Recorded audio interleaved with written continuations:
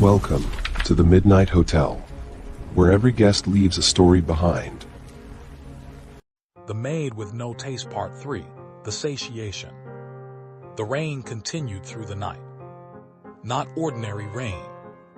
The rain of the Midnight Hotel was patient, persistent, almost thoughtful. It slid down tall windows in silver streams while the hotel waited for morning, and for the conclusion of a very unusual deal. At exactly 8 o'clock, the guests from room 115 descended into the lobby. 3 meters tall, pink skin, pale orange hair, red teeth, and for the first time since arriving, peace. The ancient hunger Violet had felt inside him was quieter now. Not gone, but changed. The enormous suitcase floated behind him as he crossed the lobby toward the reception desk. The host was already waiting, as though he had expected this exact moment, as though he always did. Hidden behind a decorative pillar nearby stood Violet. Or rather, she was attempting to hide. The pillar concealed almost none of her body, and absolutely none of her intentions. Her stomach twisted. The deal had succeeded. She knew it had succeeded. The hunger had changed. She had felt it herself. But success and reward were not always the same thing, especially inside the Midnight Hotel. The guests stopped before the reception desk. The host looked up from the registry. As expected, he asked. The giant smiled. More than expected. The host closed the book. I assume you have a request. I do. The giant nodded. For centuries, I have stayed in this hotel. Yes. I have eaten countless meals. Yes. And nearly every one of them disappointed me. A silence settled over the lobby, because at that exact moment, the chef stepped out of the kitchen and heard every word. The giant continued. Yesterday, one member of your staff accomplished something no one has accomplished in several hundred years. The chef froze, only slightly, but everyone noticed, even Violet, especially Violet. Then came the words she had been waiting for. Therefore, I request that Miss Violet's house arrest be removed. The entire lobby became silent. The host turned toward Violet. Miss Violet. She nearly stumbled out from behind the pillar. I am here. Yes, said the host. I noticed. The host studied her. For several long seconds, Violet stood perfectly still, hands behind her back, looking very much like a child waiting to be punished. Finally, the host looked back toward the guest. You are certain? The giant nodded. More certain than I have been about anything culinary in 340 years. The chef nearly dropped the clipboard. Nearly. The host considered this, then spoke. Very well. Violet blinked. Once, twice. Is very well. Yes. The restriction is removed. For a moment, Violet simply stared. No conditions. No. No warnings. No. No limitations. The host's expression became increasingly dangerous. No. No lecture. The host slowly turned toward her. Would you like one? Violet immediately straightened. No.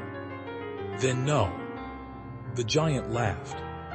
A deep laugh that rattled several glasses nearby. Then he looked at Violet and handed her a black card trimmed in silver. For the bookstore. Violet accepted it carefully. The card felt strangely warm. What is it? A recommendation. She turned it over. An eye surrounded by silver thorns. No words. No address. Nothing else. If the bookkeeper accepts it, the giant said, tell him Gregory sent you. Violet blinked. Gregory. Yes. That's your name. The giant frowned. Then paused. Then frowned harder. I suppose nobody asked. Silence. Oliver pinched the bridge of his nose. Miriam covered her mouth. The chef closed his eyes. Even the host looked mildly entertained. You stayed 3 days, Violet said. Yes. You gave me part of your heart. Correct. We made a deal involving organs. Also correct. And nobody told me your name. Gregory considered this. Then nodded. That does seem somewhat impolite. The giant laughed again. Then his expression became serious. He turned toward the chef. You should ask her. The chef frowned. Ask her what? How she knew. The hunger. The giant's gaze shifted toward Violet. Ask her why she understood it. Then, without another word, he turned and walked away. The hotel doors opened. Fog rolled inside. The floating suitcase followed him into the morning mist. Then the doors closed, and Gregory was gone. 4 seconds passed. Exactly 4. Then the chef spoke. What did he mean? Nothing. Violet immediately began walking away. What did he mean? Nothing important. The chef followed. Violet walked faster. The chef walked faster. Violet began running. The chef began running. And the chase disappeared into the kitchen, leaving Oliver to sigh. Once again, the peaceful life remains elusive. That evening, Violet finally stood beneath the red moon. Free. The house arrest was over. Midnight Street stretched before her. Lanterns glowed through the fog. Music drifted through the air. Strange beings wandered beneath impossible stars.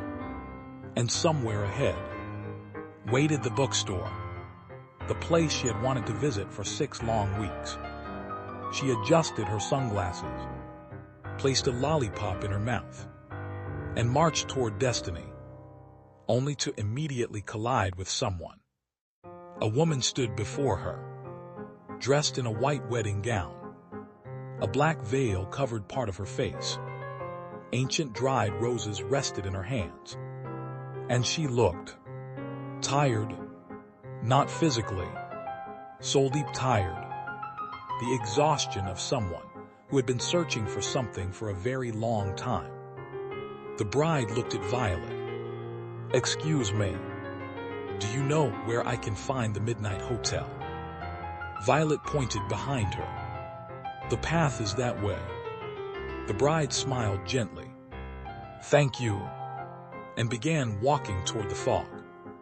Violet watched her go, then noticed something strange. One of the dried petals had fallen. The roses felt wrong, ancient, unfinished, as though carrying a story that had not yet ended. Curiosity stirred, as it always did. Violet hurried after her. Wait. The bride stopped. Violet tilted her head. Are you going to the hotel to get married? For a moment, the bride simply stared. Then she looked down at the dead roses and laughed softly. A laugh filled with something Violet couldn't quite understand. I hope not. Then she continued walking toward the Midnight Hotel, toward whatever waited there. White dress, black veil, dead roses, vanishing into the fog. Violet watched until she disappeared. Then she looked toward the bookstore. The black card Gregory had given her felt warm inside her pocket. Ahead of her waited answers. Knowledge, perhaps even the inheritance of her bloodline. Behind her walked a mysterious bride, carrying dead roses. Two mysteries, two paths. Violet chose the bookstore, because some mysteries could wait until tomorrow. Thank you for watching. Please like and subscribe for more stories.